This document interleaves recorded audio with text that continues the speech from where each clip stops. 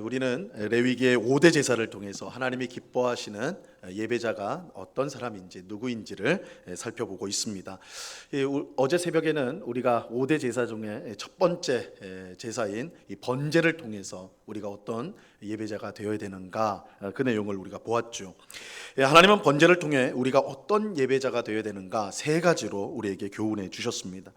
첫째는 주일에만 예배하는 것이 아니라 나머지 6일 동안에도 우리의 가정과 우리의 일터와 우리가 있는 모든 곳에서 예배해야 된다. 그래서 우리의 주일만 예배하는 날이 아니라 사실은 우리의 인생 전체가 예배하는 시간이다라고 말씀을 드렸습니다. 우리가 이것을 삶의 예배라고 말씀을 드렸어요. 우리는 매일 삶의 예배자로 하나님을 섬겨야 합니다. 둘째, 하나님께서 우리를 위해 가장 귀한 독생자 예수님을 주셨기 때문에 우리도 우리의 전부를 드리는 예배자가 되어야 합니다. 우리는 반쪽 사랑, 나눠진 마음으로 하나님을 예배해서는 안 됩니다. 온전한 마음으로 우리의 마음을 다해서 뜻을 다해서 정성을 다해서 사랑을 다해서 하나님을 예배하는 그런 온전한 예배자가 되어야 합니다. 셋째는 우리는 적극적인 예배자가 되어야 된다고 그랬어요. 적극적으로 예배해야 된다. 이 번제를 드릴 때 제사를 드리는 사람은 제물을 미리 준비하고 그 제물을 가져오고 그 제물에 안수를 하고 그 제물을 직접 죽이고 또 그 제물을 제단에 태우기 위해서 여러 조각으로 나누는 일을 한다고 말씀을 드렸어요. 이건 다 제사장이 하는 것처럼 우리가 생각할 텐데 사실은 제사를 드리는 사람이 직접 다 한 것입니다. 우리는 관람객으로 예배를 해서는 안 됩니다. 예배의 모든 순서에 우리는 적극적으로 참여를 해야 하는 것입니다. 하나님은 그렇게 적극적으로 예배하는 성도를 기뻐하시고 그 예배를 즐거이 받으십니다. 자, 오늘은 두 번째 제사인 소제에 대해서 살펴보도록 하겠습니다. 이 소제를 통해서 우리가 어떤 예배자가 되어야 되는가 그것들을 생각해 보려고 해요. 이 소제는 히브리 말로 민하라고 합니다. 민하. 번제는 뭐라고 그랬죠? 어제 기억나세요? 그죠? 올라감이란 뜻으로 올라라고 그랬어요. 이번엔 민하예요, 민하. 이 이름 예쁘죠, 민하. 이 민하는 원래 선물이라는 뜻을 가지고 있는데요. 이 구약 성경에 나오는 모든 제사를 통칭해서 전체를 가리켜서 민하라는 표현을 쓰기도 하고, 특별히 곡물로 드리는 제사인 이 소제를 직접적으로 가리킬 때도 이 민하라는 말을 사용합니다. 이 소제의 특징은 무엇보다 짐승이 아닌 곡물을 제물로 바친다는 거예요. 곡물을 제물로 바친다. 쉽게 말해서 소제는 피가 없는 제사입니다. 피가 없는 제사예요. 하지만 피가 없이 어떻게 죄를 속할 수 있느냐, 그렇게 생각하는 분이 계실 것입니다. 물론 대부분의 제사는요, 제물의 피로 죄를 속하는 것이 사실입니다. 이게 일반 원칙이에요. 피를 흘려서, 짐승의 피를 흘려서 그 피로 죄 사함을 받는다. 이것이 일반적인 제사의 원칙입니다. 레위기 17장 11절에 보면요, 이렇게 말씀하고 있습니다. 같이 읽습니다. 시작. 육체의 생명은 피에 있음이라. 내가 이 피를 너희에게 주어 제단에 뿌려 너희의 생명을 위하여 속죄하게 하였나니 생명이 피에 있으므로 피가 죄를 속하느니라. 피가 죄를 속하느니라. 이렇게 분명하게 말씀하고 있죠. 분명 이 제물의 피로, 짐승의 피로 우리의 죄가 씻어져요. 하지만 이 제물의 피가 없는 소제는 곡물로 드리는 거니까 이 소제로도 속죄가 이루어졌습니다. 이것은 우리가 이제 나중에 살펴보게 될 속죄제에, 이 속죄제라는 것은 이름 자체에서 이미 이제 죄를 속하는 제사다. 범죄하였을 때 드리는 제사. 물론 다른 모든 제사도 사실은 속죄의 기능을 다 갖고 있지만 이 속죄제는 아예 죄를 범하였을 때, 율법을 어겼을 때, 계명을 어겼을 때 드리는 제사라고 이제 말을 하거든요. 근데 이 속죄제 안에 소제가 있어요. 이 곡물로만 드리는 제사가 이 속죄제 안에 있습니다. 이것을 볼 때에 이 곡물로서 드리는 이 소제에도 분명히 죄를 사하는 기능이 있다는 것을 우리가 알 수가 있어요. 그러니까 짐승의 피가 없이도 하나님은 소제를 통해서 우리의 죄를 사해 주신다는 겁니다. 이것은 우리에게 굉장히 중요한 사실을 알려주는데요. 사실 우리의 죄를 사해 주는 것은 짐승의 피가 아니에요. 짐승의 피가 우리의 죄를 씻는 것이 아닙니다. 우리의 죄를 사해 주는 것은 하나님이세요. 하나님이 우리의 죄를 사해 주시는 것입니다. 짐승의 피는 하나님께서 우리의 죄를 사해 주는 도구일 뿐 그것 자체가 우리의 죄를 없애는 그런 기능을 가진 것은 아니라는 것입니다. 수천 마리 수만 마리의 짐승을 가지고 와서 그 모든 짐승의 피를 다 뿌린다 할지라도 하나님이 우리를 용서하지 않았다면 우리의 죄는 씻어지지 않는 것입니다. 하나님이 우리의 죄를 씻어주세요. 그래서 성경은 우리에게 믿음을 강조해요. 믿음을 강조합니다. 누구를 향한 믿음입니까? 하나님을 향한 믿음이에요. 하나님을 향한 믿음. 예배자가 하나님을 온전히 믿지 않으면 그가 아무리 많은 재물의 피를 가지고 와도 죄를 용서받을 수가 없습니다. 예배자가 매주 예배당에 와서 예배하고 많은 헌금을 하고 열심히 봉사한다 해도 하나님을 온전히 믿지 않으면 그 예배자가 하는 모든 것은 헛일이 돼요. 믿음이 없이는 아무것도 하나님 앞에 받아들여지지가 않는 것입니다. 그래서 히브리서 11장 6절은 이렇게 말씀하고 있습니다. 같이 읽습니다. 시작. 믿음이 없이는 하나님을 기쁘시게 하지 못하나니 하나님께 나아가는 자는 반드시 그가 계신 것과 또한 그가 자기를 찾는 자들에게 상 주시는 이심을 믿어야 할지니라. 하나님께 나아가는 자는 반드시 뭐가 있어야 된다고요? 믿음이 있어야 된다. 믿음으로 나가야 돼. 또 자기를 찾는 사람에게 상 주시는 이심을 믿어야 돼. 믿어야 돼. 믿음 없이는 하나님을 기쁘시게 할 수가 없습니다. 믿음 없이는 죄 사함도 없고 구원도 없어요. 그러므로 우리는 믿음으로 예배의 자리에 나와야 합니다. 하나님이 우리를 찾아오심을 믿어야 돼요. 믿어야 돼요. 그러니까 우리가 예배 자리에 나왔을 때 우리만 있는 것이 아니라 이 자리에 하나님이 계시다. 그거 어떻게 해요? 믿음으로, 그죠? 믿음으로. 그걸 우리가 믿어야 된다는 거예요. 믿어야 된다. 우리를 사랑하시고 은혜 주시는 것을 하나님께서 은혜 주시기를 기뻐하신다는 사실, 그건 믿어야 돼요. 믿어야 돼요. 하나님이 예수님의 십자가 죽음을 통해 우리의 모든 죄를 씻어주시고 우리를 의인으로 여기시고 하나님의 자녀로 삼아주신 것을 믿음으로 예배의 자리에 나와야 돼요. 우리에게 영원한 하나님 나라를 주시기를 기뻐하신다는 사실을 믿음으로 나와야 하는 것입니다. 하나님은 이처럼 믿음으로 나오는 예배자를 기뻐하시고 그 예배자에게 큰 은혜와 사랑과 복을 내려 주십니다. 오늘 우리 모두가 언제나 믿음으로 하나님께 예배함으로 큰 은혜와 복을 받아 누리는 우리 모두가 될 수 있기를 바랍니다. 무엇보다 믿음으로 나와야 된다. 하나님이 우리를 용서하세요. 하나님이 우리에게 은혜를 베푸세요. 이것을 꼭 기억하고 우리가 언제나 하나님 앞에 나올 때 분명한 믿음으로 하나님 앞에 나와야 하는 것입니다. 소제를 드리는 사람은 고운 가루로 된 이 곡식을 예물로 드려요. 이때 기름을 붓고 유향을 이제 놓게 되는데, 유향은 이 보스웰리아라는 나무에 이제 이 나무에서 나오는 진을 이제 굳혀놓은 거를 유향이라고 그래. 경동시장에 가시면 사실 수가 있다고 그래요. 이렇게 이제 이 기름과 유향을 고운 가루에 올려놓습니다. 제사장은 예물의 일부를 이제 거기 이제 손으로 담아가지고 이 제단에 놓고 그것을 태우게 됩니다. 이때 제사장들이 제단 위에 불살랐던 그 예물의 일부, 손으로 이제 떠서 올렸던 그 일부를 기념물이라고 부릅니다. 기념물이라고 불러요.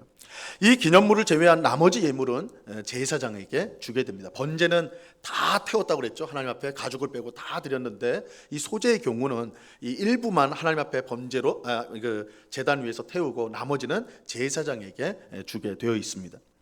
자, 여기서 제사장이 제단 위에서 불사르는 이 기념물, 예물의 일부, 그 고운가루의 일부는 그 기념물이라고 부르는데, 이 기념물의 뜻은 기억하게 하다라는 의미예요. 기억하게 하다.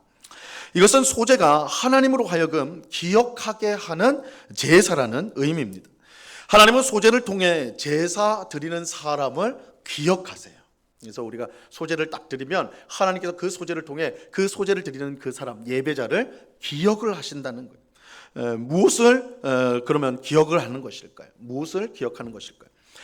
우리는 이 기억이라는 말이요, 기억이란 말이 성경에서 구원과 아주 긴밀하게 연결되어 있다는 사실을 주목을 해야 돼요. 이 기억과 구원이 연결되어 있어요. 가령 창세기 8장 1절에 보면 하나님께서 대홍수로 세상을 심판하신 후에 그 홍수 심판 후에 남아있는 노아와 또한 방주에 있는 동물들을 하나님께서 기억하셨다, 이렇게 말씀을 해요. 창세기 8장 1절 말씀에 보면 이렇게 말씀합니다. 하나님이 노아와 그와 함께 방주에 있는 모든 들짐승과 가축을 기억하사 하나님이 바람을 땅 위에 불게 하심에 물이 줄어들었고, 하나님께서 노아의 방주에 타 있던 노아와 그의 가족 또한 동물들을 기억하셨다, 이렇게 말해요. 기억했다. 하나님이 기억을 하셨다는. 그럼 기억하신 다음에 그럼 어떻게 됐는가? 바람을 불게 하여서 물로 덮인 세상을, 그 물들을 물러가게 하셨다, 물을 없게 하셨다, 이렇게 줄어들게 하셨다, 이렇게 말하고 있어요. 쉽게 말해서 하나님이 위기에 있는 노아와 방주에 있는 동물들을 어떻게 하셨다고요? 구원하셨다라는 거예요. 기억하셨다. 그 다음에 물을 줄어들게 하셨다. 구원하셨다라는 거예요. 하나님의 기억은 우리에게 구원으로 연결이 되는 것입니다. 자, 출애굽기 2장 25절에 보면요, 하나님께서 애굽에서 종살이하던 이스라엘 백성을 이번에도 기억하셨다, 그렇게 말씀해요. 기억하셨다. 출애굽기 2장 25절 말씀입니다. 같이 한번 읽어볼게요. 시작. 하나님이 이스라엘 자손을 돌보셨고 하나님이 그들을 기억하셨더라. 그죠? 여기서도 하나님이 기억하셨죠. 기억하신 다음에 어떻게 합니까? 애굽에서 비참한 종살이하던 이스라엘 백성들을 구원하셨죠. 출애굽 사건이, 기억하신 다음에 출애굽 사건, 구원의 사건이 일어나게 되는 것입니다. 이처럼 하나님께서 기억하시는 것은 곧 구원으로 이어지게 됩니다. 기억하시는 것이 구원으로 이어져요. 자, 이렇게 보면 소제는 위기 가운데 있는 성도가 하나님께 자신을 기억하여 구원해 주시도록 드리는 제사라고 할 수가 있는 것입니다. 여러분, 우리가 위기에 빠졌을 때, 큰 어려움을 당할 때, 우리가 인생을 살다 보면 언제나 평탄하지 않거든요. 언제나 잔잔한 호수의 물처럼 우리의 인생이 되어지진 않거든요. 어떨 때는 큰 풍랑이 일 때가 있습니다. 감당치 못할 위기와 고난이 우리에게 분명히 올 때가 있어요. 그럴 때 우리는 무엇을 바라보고 또한 우리는 어디로 달려갑니까? 소제는 구원을 위해 우리가 바라봐야 할 분이 오직 하나님이라고 우리에게 알려주고 있는 것입니다. 우리가 위기에 빠졌을 때 바라보고 의지해야 될 것은 내가 가진 힘이나 혹은 돈이나 어떤 능력 있는 사람이 아닙니다. 우리를 구원할 수 있는 분은 오직 하나님밖에 없습니다. 시편 121편 1절과 2절 말씀입니다. 우리 이 말씀 같이 읽어봅니다. 시작. 내가 산을 향하여 눈을 들리라. 나의 도움이 어디서 올까? 나의 도움은 천지를 지으신 여호와에게서로다. 우리가 위기에 당했을 때, 큰 어려움을 당했을 때 우리가 그 어려움으로부터 우리를 도우시고 우리를 구원할 것은 오직 하나님밖에 없습니다. 그러므로 우리는 위기를 당할 때 하나님을 바라보아야 합니다. 그리고 하나님께로 달려나가야 돼요. 바로 그것이 예배의 자리입니다. 여러분, 우리의 예배가 하나님으로 하여금 우리를 기억하게 하시는 거예요. 우리가 하나님 앞에 예배할 때 하나님이 우리의 예배를 통해 우리를 기억하세요. 그리고 우리를 구원해 주십니다. 우리가 어려움을 당하고 절망 가운데 있을 때 찾아야 할 곳이 바로 예배의 자리입니다. 우리가 예배할 때에 하나님의 구원이 임하기 때문입니다. 삶의 어려움을 당할 때 다른 곳이 아닌 하나님을 예배하는 자리로 나아오는 오늘 우리 모두가 될 수 있기를 바랍니다. 우리가 예배할 때 하나님께서 우리를 기억하시고 우리를 구원해 주십니다. 그렇게 예배는 우리에게 가장 복되고 또한 우리가 사모해야 될 것입니다. 이러한 예배의 가치를 알고 더욱 예배에 힘쓰는 오늘 우리 모두가 될 수 있기를 바랍니다. 자, 한편 소제를 드릴 때 주의해야 될 사항이 있어요. 소제를 드릴 때 주의해야 될 사항이 있습니다. 그것은 소제를 드릴 때 누룩과 꿀을 절대 넣어서는 안 된다는 거예요. 누룩과 꿀을 넣어서는 안 됩니다. 자, 오늘 읽은 본문 아래에 있는 11절 말씀 읽지는 않았는데요. 11절 말씀에 보면요, 이렇게 말씀합니다. 같이 한번 읽어봅니다. 시작. 너희가 여호와께 드리는 모든 소제물에는 누룩을 넣지 말지니 너희가 누룩이나 꿀을 여호와께 화제로 드려 사르지 못할지니라. 하나님께서 누룩과 꿀을 절대 넣어서는 안 된다 말을 하고 있어요. 그래서 이 꿀은 더 정확하게 말하면 이 과일즙을 말하는 것입니다. 과일즙. 이스라엘은 그 과일 생산으로 유명하거든요. 이 적과꿀을 흐르는 그 땅에서 이 과일이 많이 생산됩니다. 그러다 보니까 이 과일즙을 이제 많이 생산이 되는데 그걸 여기서 성경은 꿀이라고 이렇게 표현을 하고 있습니다. 그런데 하나님께서 이런 누룩과 꿀, 과일즙을 소재에 절대 넣으면 안 된다라고 말씀을 하시는데 이렇게 명령한 이유가 있어요. 그렇게 명령하신 이유는 이 누룩과 꿀이 변질시키는 특성이 있기 때문에 그렇습니다. 그래서 이 누룩과 꿀을 고운가루에 넣으면 그 안에서 변질이 일어나게 돼요. 변질이 일어나게 됩니다. 하나님은 변질된 재물을 기뻐하시지 않습니다. 그것을 받지 않으세요. 이것은 오늘 우리에게도 적용이 됩니다. 하나님은 예배자인 우리가 무엇보다 순전함과 진실하기를 바라십니다. 순전하고 진실하기를 바라세요. 우리는 성경을 통해 하나님에 대한 바른 지식을 가져야 됩니다. 왜냐하면 하나님에 대한 잘못된 지식은 예배자인 우리를 변질시키고 변질된 예배를 드리게 하기 때문입니다. 우리가 아무리 열심을 가지고 간절히 예배를 드린다 해도 하나님을 잘못 알고 있다면 그것은 변질된 예배일 수밖에 없는 것입니다. 여러분, 이단들이 드리는 예배를 한번 보시면요, 얼마나 열정적인지 몰라요.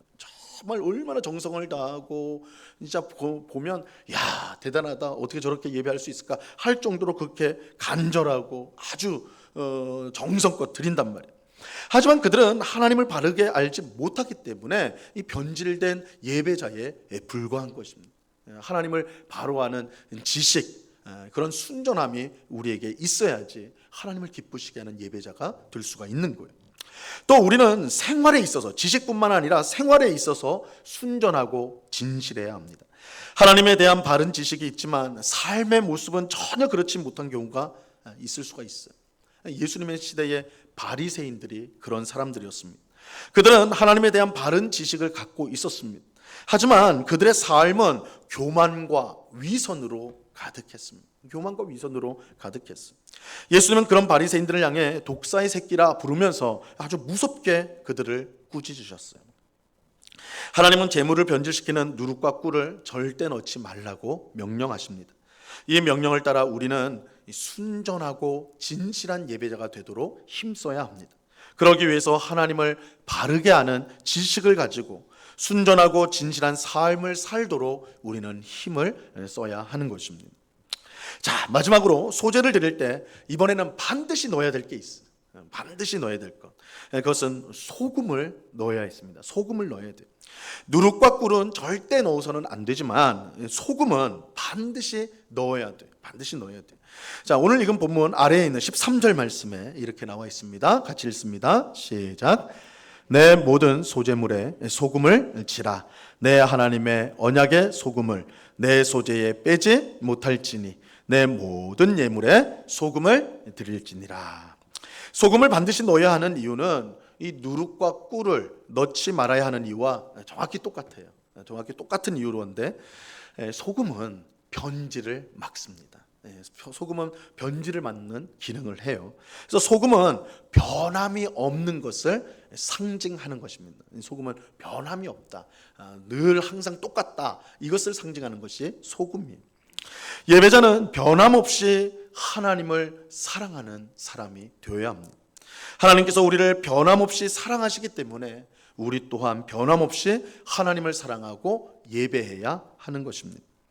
예수님은 요한복음 2장에서 처음 사랑을 잃어버린 에베소 교회를 책망하면서 어디에서 떨어졌는지를 생각하고 회개하여 처음 행위를 가지라, 그렇게 말씀하셨습니다.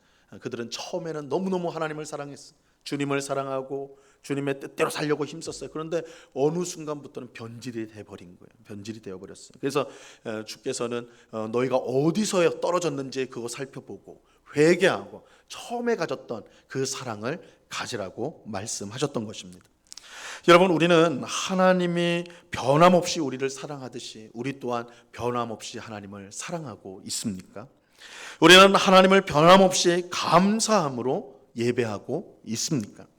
이 소재는 우리가 변함없이 하나님을 사랑하고 예배해야 된다는 사실을 가르쳐주고 있는 것입니다. 우리의 기분에 따라, 내 상황에 따라 예배를 드렸다 말았다 하는 그런 모습이 아니라 소금을 넣듯이 늘 변함없이 신실한 모습으로 하나님을 예배해야 된다. 그 이유는 하나님께서 변함없이 우리의 예배를 받으시고 우리를 만나 주시기 때문인 것입니다. 그래서 소재에 소금을 넣는다, 변함없는 예배자가 되어야 된다라는 것을 우리에게 교훈해 주는 것입니다. 오늘 기도하는 우리 모두가 이 소재를 통해 주신 이 교훈들을 마음에 잘 새길 수 있기를 간절히 바랍니다. 우리는 하나님께 예배할 때 무엇보다 믿음으로 나아가야 됩니다. 믿음으로 나아가야 돼요. 믿음으로 나아갈 때 하나님께서 우리를 기뻐하시고 우리에게 상을 주신다고 말씀하십니다. 또 우리는 큰 위기를 당했을 때 구원을 얻기 위해 예배의 자리로 나아가야 합니다. 우리의 예배는 하나님께서 우리를 기억하도록 하는 예배인 것입니다. 위기를 당했을 때, 고난을 당했을 때 여러분 제일 먼저 예배의 자리로 달려나가는 우리가 되어야 합니다. 마지막으로 우리는 변질된 예배자가 아니라 순전함과 진실함을 변함없이 유지하는 그런 신실한, 변함이 없는 충성된 예배자가 되어야 합니다. 이런 예배자로 우리가 하나님을 예배할 때 하나님께서 우리를 기뻐하시고 우리의 예배를 통해서 영광을 받아 주실 것입니다. 이러한 예배자로 하나님 앞에 우리를 드리는 오늘 우리 모두가 될 수 있기를 우리 주님의 이름으로 간절히 축원합니다. 기도하겠습니다. 하나님 아버지 감사합니다. 오늘 소재를 통해 우리에게 알려주신 예배자의 모습을 우리가 마음에 새깁니다. 무엇보다 주님, 우리가 믿음으로 하나님 앞에 나아가게 하여 주시옵소서. 큰 위기를 당했을 때 예배의 자리로 달려가게 하여 주옵소서. 그리할 때 우리의 예배를 받으시고 우리를 기억하사 우리를 구원해 주시는 하나님의 큰 역사가 있을 줄로 믿습니다. 또한 우리가 변질된 예배자가 되지 않기를 원합니다. 에베소 교회 성도들처럼 처음 사랑을 잊어버리는 변족이 죽에 끓듯이 변하는 그런 예배자가 아니라 늘 신실한 하나님 앞에 신실한 변함없는 예배자로 하나님을 기쁘시게 하는 우리 모두가 되게 하여 주시옵소서. 그런 예배자로 삼아주실 주님께 감사와 찬송을 올려드리오며 예수 그리스도 이름으로 기도드리옵나이다. 아멘.